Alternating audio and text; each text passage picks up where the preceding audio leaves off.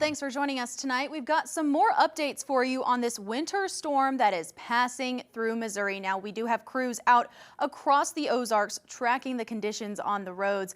We want to take a look at Highway 54 in Osage Beach. Now, snow has dusted over the highway there, and ice is going to start being the main concern. But Matt, what are we starting to see now that the sun has gone down? Yeah, we're starting to reach that second leg here in Springfield where we started off with, well, Springfield just saw wet conditions, but places to the north saw the ice. Now temperatures are getting below 32 and conditions are starting to worsen. Got the quad box pulled up and you can take a look. Look at the camera down at Jingle over in Ozarks. That started to ice up, and the camera at Rolla. Rolla has had icy, sleet, kind of rough conditions throughout the day. Not too long ago, I saw a tow truck driving down that road. I'm sure there's a car that probably drove a little too fast, was surprised by the wet conditions and ended up into the ditch. Springfield, we started off with wet roads, but starting to turn icier. You can see downtown, people walking out, a little bit of dusting of snow, but fast winds have come in. They're really blowing around wet snow that we got earlier today, and winds are going to continue to be fast as we're reaching the second phase of snowfall, cold temperatures, and it's also creating some ice on the roads. Chris, I believe you have an update on kind of what we're seeing on road conditions throughout the Ozarks. Yeah, not even just the Ozarks, throughout the state. We're going to take a look at the MoDOT Travelers map that's showing those road conditions. I mean, as you can see, pretty much all of the state here is in the purple, all right? That means that those roads are completely covered. What we're interested in is this right here. That's Springfield. Those roads are starting to be blue. That means that they are partly covered or mostly clear, but you can see even up there, that's Fair Grove right there, still purple. So those road conditions are starting to deteriorate as we have come into city limits.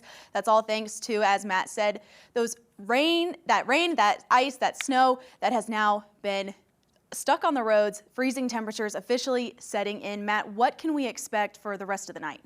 Yeah, and you bring up a great point. It starts to get a little scary because the sun is going down. People have their guard left down, and what was once wet roads are now slick conditions. And once it gets this late at night, it's really hard to tell if it's water or ice that you're having to deal with. This is the forecast for tonight. We kind of break through what we can expect over tonight and for the start of tomorrow, where winter storm warning still in effect for areas further up into the north. I think these pink boxes are places that you have to watch out for most snow that's going to be developing. We've already had the ice that moved in, and I don't think we're going to have to be dealing with any more ice tonight, but it was substantial, especially for areas in Wright County and Webster County and Texas County. I think our model is estimating half an inch of ice, which is probably a pinch more than what we actually got on the ground, talking to different weather watchers, talking to different emergency managers, but still enough ice that can cause some power outages, and we'll talk about more in just a second. Look at temperatures. 26 degrees in Springfield, well below freezing, 18 degrees in Clinton. Just this kind of south central Missouri, north central Arkansas are holding on to temperatures that are warmer than freezing right now. And this freezing line is going to continue to fully push throughout the Ozarks, and we have concerns of a flash freeze that's going to be developing as wet roads no longer going to be so wet as icier conditions can start to roll back in.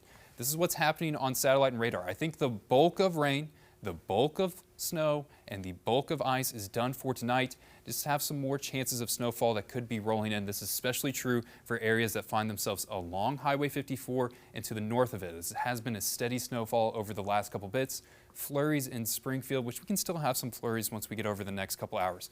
Looking at Futurecast, most of the snow is starting to push further off into the east, and I think our window to see snow is just going to be a couple more hours. By the time we're getting later into tonight, most of the snow is going to be moving out, and we're going to have clouds that will start to slowly disappear for Sunday. This model, I think, a pinch too aggressive for how much snow could be coming. It's saying possible of an inch in Springfield. I think we're going to be under that 1 inch mark, and places really south of Highway 60 not going to be seeing anywhere near 1 inch of snow, more of a dusting. It's areas that are really off into the north and to the east that can still get a couple more inches of snow that are going to be rolling in, and they've already had some school closings that have been issued as well, as that's the area that got hit the hardest with ice, hit the hardest with snow as well. Look at these winds. Winds are going to start to pick up, and this is very important to mention. When you have gusty winds with ice on power lines, you get a lot of those power lines that have all the weight of the ice that start to sag down, and now we're going to start pushing on them with winds over 30 miles per hour. That can cause a lot of people to start to lose power throughout the night. So while we're not expecting any more ice, I'm expecting more people to lose power as those lines start to snap. Once the winds start to pick back up, it's something we have to monitor. Power outage was bad in the morning hour. electric companies, thankfully, have been able to get on top of it and really minimize that impact. Look at the feels like forecast, because once we get past this winter storm, it is going to be cold for quite some time. This year feels like forecast at Monday. Kids, if school doesn't get canceled for you, it is not going to be fun. Outside waiting by the bus where we can have sub-zero wind chill. 7 a.m. forecast for Springfield to be at -3 degrees. And I think the warmest part of the day on Springfield maybe feels like double digits outside as the winds are going to be consistent. Tuesday, just as cold. We are staying cold over the next couple days. Monday, I think, is the worst day, but Tuesday and Wednesday don't look too much better either. Monday, high temperature into those low 20s. Tuesday, we climb only a couple degrees into those mid-20s with single-digit lows for both Monday night and Tuesday nights. We get above freezing. We are able to thaw out on Thursday as temperatures can climb into those mid-30s. But what we have to watch out for is another chance of snow. I don't think it's going to be heavy, but flurries could be coming back on Friday.